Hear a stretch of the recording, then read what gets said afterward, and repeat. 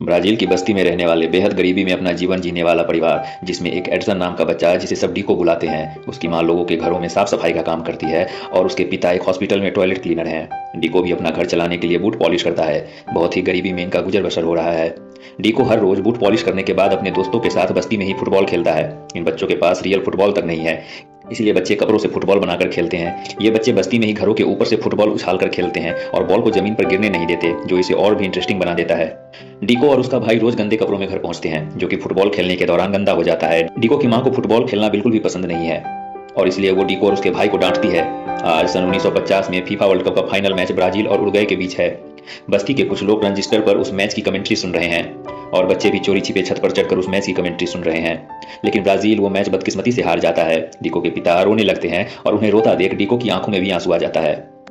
Match के बाद डीको अपने पिता से कहता है, पापा मैं आपसे वादा करता हूँ, मैं एक दिन आपके लिए वर्ल्ड कप जरूर जीतूंगा। डीको के पिता कहते हैं, अपनी माँ की बात को सुनो और पढ़ाई पे ध्यान दो। एक दिन डीको की माँ उसे अपने साथ एक आलीशान बंगले पर साफ सफाई के लिए ले जाती है। तब वह डीको को बताती है उसके पिता बहुत अच्छा फुटबॉल खेला करते थे, लेकिन एक इंजरी की वजह से उनका पूरा करियर खत्म हो गया। किसी ने भी उनकी सहायता नहीं की, जिस वजह से उन्हें टॉयलेट क्लीनर बनना पड़ा। जिस वजह से डीको की माँ को फुटबॉल पसंद नहीं है। डीको की माँ थोड़ी देर के लिए किचन से बाहर जाती है। कुछ एरोगेंट लड़के किचन में आते हैं। वो आपस में बात कर रहे होते हैं कि फुटबॉल टूर्नामेंट में अपने फेवरेट फुटबॉलर की तरह खेलेंगे। तभी डीको भी जोश में आकर बोल पड़ता है कि वह भी पेले की तरह खेलेगा।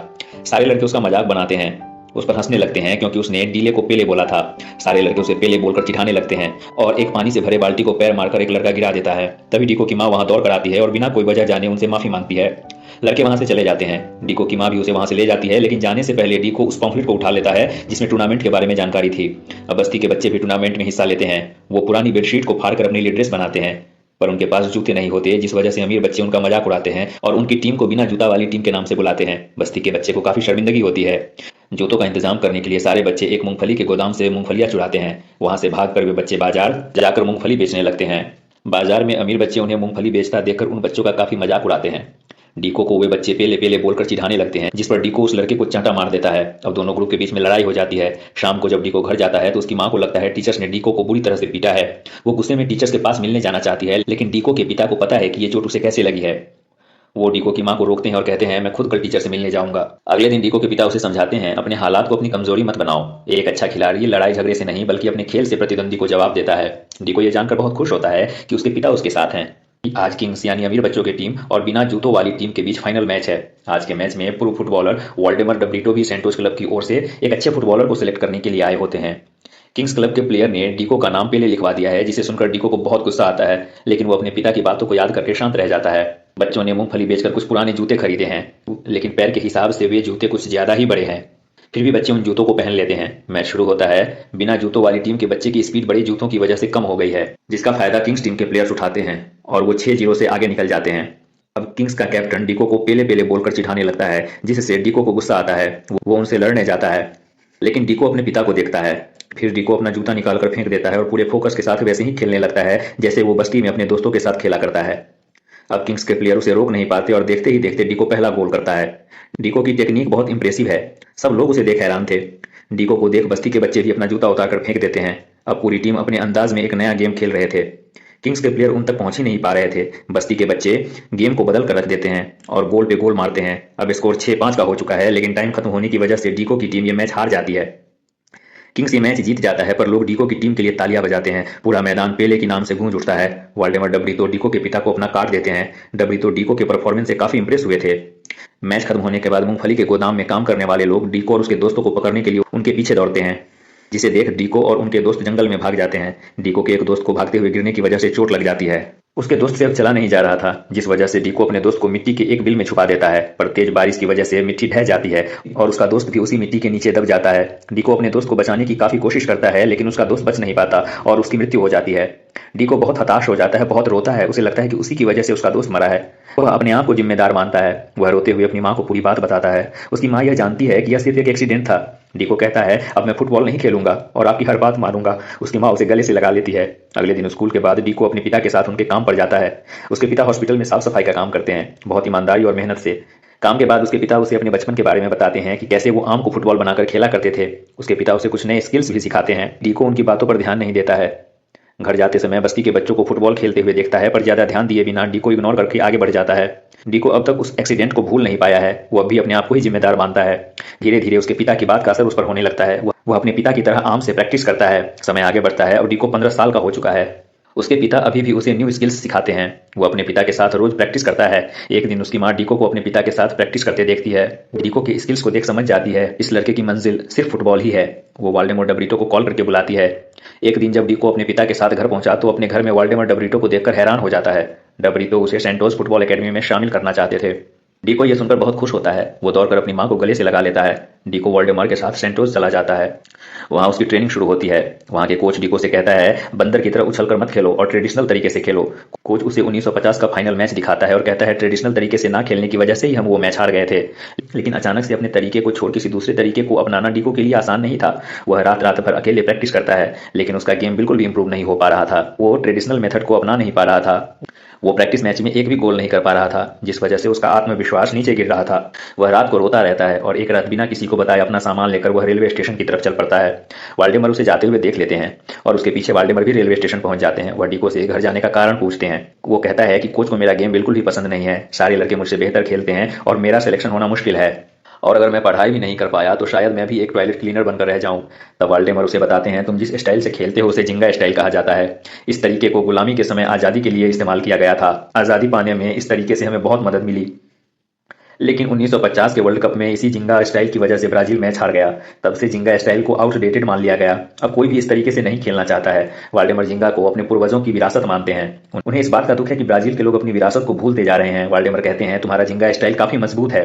तुम चाहो तो दुनिया को जिंगा स्टाइल की ताकत दिखा सकते हो या डर कर एक कायर की तरह अपने घर जा सकते हो। वाल्डेमर की बातें सुनकर डीको एकेडमी वापस आ जाता है। अगले दिन की प्रैक्टिस मैच में डीको कई सारे पास को मिस कर देता है और अपनी ही टीम के प्लेयर से टकराकर गिर जाता है। फिर उसे अपने पापा के द्वारा सिखाया गया स्किल्स याद आता है। डीको उठता है और जिंगा स्टाइल में एक बेहतरीन गोल करता है। ये देखकर कोच उसे अपने पास बुलाता है। डीको कोच के पास जाता है और उनसे माफी मांगता है, लेकिन कोच कहते हैं, तुमने अच्छा किया और ऐसे ही खेलो। फिर क्या था, वो उस प्रैक्टिस मैच में 4 गोल करता है। ये खबर अखबार में भी छप जाता है। वो अब पॉपुलर होने लगा था। अब उसे प्रमोट करके जूनियर टीम में शामिल कर लिया जाता है। अब लोग उसे और उसके गेम को नोटिस करने लगते हैं। कुछ ही समय के बाद उसे प्रो टीम में शामिल कर लिया जाता है। एक दिन डीको अपने घर जाता है। उसके पेरेंट्स बहुत खुश होते हैं। मात्र 16 साल की उम्र में डीको ने अपनी जगह प्रो टीम में बना ली थी। वो अपने पिता को मैच सुनने के लिए एक छोटा सा रेडियो गिफ्ट करता है। अगले दिन उसके पिता उसी रेडियो पर वर्ल्ड कप में चुने गए प्लेयर्स के अनाउंसमेंट को सुन रहे होते हैं। उसमें डीको का भी नाम आता है। ये सुनकर उसके पिता और उसका भाई खुशी से उछलने लगते हैं। उसके पिता बताते हैं कि वो कभी सेल्फ डाउट की वजह से अपने जीवन में आगे नहीं बढ़ पाए। जिंगा स्टाइल में डर और सेल्फ डाउट के लिए कोई जगह नहीं है। उसके पिता उसे पेले लिखा हुआ एक टी शर्ट दिखाते हैं। कहते हैं, जब भी लोग तुम्हारे ऊपर या तुम्हारे गेम पर उंगली उठाएं तब भी अपना आत्मविश्वास बनाए रखना, कभी अपने ऊपर शक मत करना। अब डीको वापस अपनी टीम के पास जाता है। वो सभी डीको से अच्छा व्यवहार करते हैं, उसका वेलकम करते हैं। उसी टीम में वो बंगले वाला लड़का भी है जिसका नाम जोज अल्टफिनी है। वह डीको के जिंगा स्टाइल का मजाक मीडिया के सामने उड़ाता है। उसे अपने फुटबॉल के ट्रेडिशनल मेथड और अपने सिविलाइज्ड होने पर बहुत घमंड है। मीडिया उसकी बातों को सुनकर जिंगा स्टाइल पर कोच से सवाल करते हैं। कोच कहता है, वर्ल्ड कप में जिंगा स्टाइल के लिए कोई जगह नहीं है। हम जिंगा स्टाइल की वजह से ही 1950 का वर्ल्ड कप हारे थे। ये गलती हम दोबारा नहीं करेंगे और ट्रेडिशनल स्टाइल में ही वर्ल्ड कप खेलेंगे। कोच डीको से कहता है, जिंगा जंगलियों का स्टाइल है और उसने ब्राजील के प्रेसिडेंट से जिंगा स्टाइल में ना खेलने का प्रॉमिस किया है। अब डीको ट्रेडिशनल स्टाइल में अपनी टीम के साथ प्रैक्टिस करने लगता है, लेकिन ट्रेडिशनल वे में उसका गेम एक नौसिखिए के जैसा था। आज कोच मीडिया के सामने प्लेइंग 11 का अनाउंसमेंट करने वाला है, पर उसे डीको और जोज में से किसी एक को ही चुनना है। इसलिए कोच जोज और डीको में मैच करवाता है। जोज ट्रेडिशनल तरीके में काफी तेज है, पर डीको बहुत स्लो है। जोज आसानी से डीको को बीट कर रहा होता है, इसलिए डीको जिंगा स्टाइल में खेलने की कोशिश करता है, लेकिन वह एक प्लेयर से टकराकर गिर जाता है। उसके घुटने में काफी चोट आती है। उस दिन वो अपनी माँ को कॉल करता है और कहता है, मुझे आपकी बात सुननी चाहिए थी, और अपनी माँ से माफी मांगता है। उसकी माँ कहती है, ये सिर्फ तुम्हारा फैसला नहीं था, ये हम सब की मर्जी थी। अब चाहे जो हो, हम सब तुम्हारे साथ हैं। डॉक्टर डीको का चेकअप करता है और कहता है वो इस सीजन में नहीं खेल पाएगा, लेकिन अब डीको को रिप्लेस नहीं किया जा सकता था। डीको के टीम मेंबर और कोच डीको से काफी नाराज हैं, क्योंकि मीडिया खबर फैला देती है कि ब्राजील की टीम अपनी गलतियों से कुछ नहीं सीखता और उसे ही वापस दोहरा रहा है। जिंगा स्टाइल में खेलने की वजह से टीम का एक प्लेयर बुरी तरह घायल हो गया है। डीको अपने घुटनों को सही करने का हर संभव कोशिश कर रहा है। अब 1958 का वर्ल्ड कप शुरू हो चुका है। शुरुआत में ब्राजील कुछ मैच जीत जाता है, लेकिन एक मैच में ब्राजील के कुछ मेन प्लेयर्स घायल हो जाते हैं, जिसमें जोज भी था। अब कोई और रास्ता ना होने की वजह से कोच डीको को खेलने के लिए कहता है। उसका घुटना अभी भी काफी कमजोर है, जिस वजह से डॉक्टर उसे जिंगा स्टाइल में ना खेलने की सलाह देता है। अब पहली बार डीको मैच खेलने फील्ड पर जाता है। उसे टीवी पर देख उसके पिता को काफी गर्व होता है, लेकिन ऑडियंस उस पर हंस रही होती है जिंगा स्टाइल की वजह से। डीको कमजोर घुटने की वजह से अच्छा नहीं खेल पा रहा था। वो कई पास मिस कर देता है। इसके बावजूद ब्राजील एक गोल कर मैच जीत जाता है और सेमीफाइनल्स में पहुंच जाता है। सेमीफाइनल में ब्राजील का मुकाबला फ्रांस की टीम से होता है। फ्रांस की टीम बड़ी आसानी से डीको से गेंद छीन लेते हैं और इंटरवल से पहले अपना फर्स्ट गोल फ्रांस की टीम कर लेती है। इंटरवल के दौरान डीको अपने टीम के घायल खिलाड़ियों को देखता है, फिर जोज के पास जाकर कहता है, मैं तुम्हारी तरह नहीं खेल सकता, अगर तुम्हारा पैर ठीक है तो तुम मेरी जगह खेल सकते हो। जोज डीको की तरफ देखता है और कहता है, प्रॉब्लम कभी मेरी टांगों में थी ही नहीं, प्रॉब्लम मेरी सोच में है। मैं हमेशा से एक यूरोपियन बनने की कोशिश करता रहा हूँ, लेकिन मैं भूल गया कि मैं एक ब्राजीलियन हूँ और ब्राजीलियन का अपना स्टाइल है, जिंगा स्टाइल, जिसकी हमें आज के मैच में सख्त जरूरत है। जोज की बात सुनकर डीको जोश से भर जाता है। अब गेम का सेकंड हाफ शुरू होता है। अब डीको अपने स्टाइल में गेम खेलना शुरू करता है। वह अब ना कोच की बात सुनता है और ना ही डॉक्टर की, आज वो सिर्फ अपनी सुनता है। फ्रांस के प्लेयर उसकी गेम को समझ नहीं पाते। इसी बात का फायदा उठाकर डीको बॉल को हवा में उछालकर एक जोरदार किक मारता है और अपनी टीम के लिए और अपने देश के लिए पहला गोल करता है। इसके बाद डीको एक के बाद एक कई गोल करता है और मैच जीतकर अपनी टीम को फाइनल में पहुंचा देता है। फाइनल में उनका मुकाबला दुनिया की सबसे बेहतरीन टीम स्वीडन के साथ है। उनका कोच उन्हें बुलाकर स्वीडन टीम की स्ट्रेटेजी को समझाता है। स्वीडन की टीम की ताकत स्ट्रेटेजी फॉर्मेशन है, जिस वजह से वो सारे मैच जीत जाते हैं। ब्राजील के कोच उन्हें हर फॉर्मेशन की तैयारी करवाते हैं, उन्हें सिर्फ और सिर्फ ट्रेडिशनल तरीके से खेलने के लिए कहते हैं। स्वीडन की टीम हर तरीके से ब्राजील की टीम से बेहतर है। वो अपने रफ प्ले के लिए भी जाने जाते हैं। अपने रफ प्ले की वजह से हर मैच में वे दूसरे टीम के प्लेयर्स को घायल कर देते हैं। अब उनके निशाने पर डीको है। प्रेस कॉन्फ्रेंस के दौरान स्वीडन का कोच कहता है, 1950 की तरह ही ब्राजील फिर से हारेगी। स्वीडन का कोच कहता है, ब्राजील की टीम एबनॉर्मल लोगों की टीम है, क्योंकि किसी की उंगली मुड़ी हुई है, किसी का हाथ टेढ़ा है, किसी का एक पैर दूसरे से छोटा है और सारे लोग मिलकर ब्राजील की टीम पर हंसते हैं। यह सुनकर ब्राजील के कोच प्रेस कॉन्फ्रेंस छोड़कर चले जाते हैं। प्रेस कॉन्फ्रेंस के बाद फोन पर डीको अपने पिता से बात करता है। उसके पिता बताते हैं कि 1950 में भी इन्होंने ऐसा ही किया था। ब्राजील के प्लेयर्स का मजाक उड़ाकर उन लोगों ने ब्राजीलियन प्लेयर्स का कॉन्फिडेंस तोड़ दिया। ब्राजील के प्लेयर्स को अपनी काबिलियत पर शक होने लगा था, जिस प्रेशर की वजह से ब्राजील अच्छा परफॉर्म नहीं कर पाया और मैच हार गया।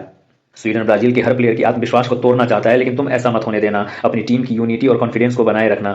इसके बाद डीको अपनी टीम को एकजुट करने के लिए एक चैलेंज देता है और उनसे कहता है, होटल से पास वाले लाइट हाउस तक बिना बॉल को जमीन पर गिराए वहां तक पहुंचने के लिए। सब इसे बचकाना समझते हैं, लेकिन जोज डीको का साथ देता है। फिर बाकी सभी मान जाते हैं। अब वो ऐसा ही करते हैं। बॉल को बिना जमीन पर गिराए एक दूसरे को पास करते हुए वो लाइट हाउस तक पहुंच जाते हैं। डीको का यह प्लान काम कर जाता है। इसके बाद ब्राजील का हर प्लेयर जोश और उत्साह से भर जाता है। कोच उनसे मिलने आते हैं और कहते हैं, अगर तुम लोग वैसा खेलोगे जैसा मैंने बताया है तो हम जरूर हार जाएंगे। वो ऐसा इसलिए कहते हैं क्योंकि कोच ने उन सबको जिंगा स्टाइल में बॉल को लाइट हाउस की तरफ ले जाते हुए देख लिया था। वो कहते हैं, जिंगा स्टाइल हर ब्राजीलियन के खून में है। मैं ये तो नहीं जानता कि कल हम जीतेंगे या हारेंगे, लेकिन हम कल दुनिया को असली ब्राजीलियन स्टाइल, द जिंगा स्टाइल जरूर दिखाएंगे। अगले दिन पूरी दुनिया की नजर स्वीडन वर्सेस ब्राजील के फाइनल मैच पर थी। मैच से पहले डीको अपना सेल्फ डाउट को ओवरकम करने के लिए पेले लिखा हुआ टी शर्ट पहनता है। अब वो समझ चुका है, पेले उसकी कमजोरी नहीं बल्कि ताकत है। अब हर कोई उसे पेले के नाम से जानता है। अब मैच शुरू होता है। स्वीडन के प्लेयर शुरू से ही डीको को टारगेट करते हैं, उसे जख्मी करने की कोशिश करते हैं, लेकिन वो बच जाता है। पहले 4 मिनट के अंदर ही स्वीडन अपना पहला गोल कर लेता है। डीको अब भी अपने गेम पर फोकस रहता है। अब वो अपने जिंगा स्टाइल में खेलना शुरू करता है और एक बेहतरीन शॉट के साथ अपना पहला गोल करता है। सारे लोग खुशी से चिल्लाने लगते हैं। अब पेले को देखकर बाकी के टीम मेंबर्स भी जिंगा स्टाइल में खेलना शुरू करते हैं। जल्द ही जिंगा स्टाइल में खेलते हुए दूसरा प्लेयर भी एक गोल करता है। जिंगा स्टाइल में खेलते हुए इनकी टीम में जबरदस्त कोऑर्डिनेशन है। ये लोग इशारों में बातें करते हैं जिन्हें स्वीडन के प्लेयर समझ नहीं पाते। सारे लोग जो जिंगा को बेकार समझते थे, अब वो इनकी गजब की कोऑर्डिनेशन देखकर हैरान थे। ये पल पेले के पिता के लिए बहुत खास था। उनकी आंखों से साफ झलक रहा था कि उनको अपने बेटे पर और जिंगा पर कितना गर्व है। अपनी जबरदस्त परफॉर्मेंस की वजह से ब्राजील वर्ल्ड कप 5-2 से जीत जाती है। इस ऐतिहासिक जीत पर पूरा ब्राजील जश्न मना रहा था। अब हर कोई पेले को जानता है और जिंगा को भी। 8 साल पहले अपने पिता से किया हुआ वादा पेले ने मात्र 17 साल की छोटी सी आयु में पूरा कर दिया। पेले दुनिया का सबसे यंग खिलाड़ी बना जो ना सिर्फ वर्ल्ड कप खेला था बल्कि जीता भी था। पेले का सफर यही नहीं खत्म होता है। आगे चलकर पेले ने अपने देश के लिए 1962 और 1970 में भी फीफा वर्ल्ड कप जीता। पेले एकमात्र ऐसा खिलाड़ी बना जिन्होंने 3 वर्ल्ड कप जीता। उनके नाम सबसे अधिक गोल करने का भी रिकॉर्ड है, जो है 1283। आज उन्हीं की वजह से जिंगा स्टाइल फुटबॉल में सर्वाधिक लोकप्रिय स्टाइल है।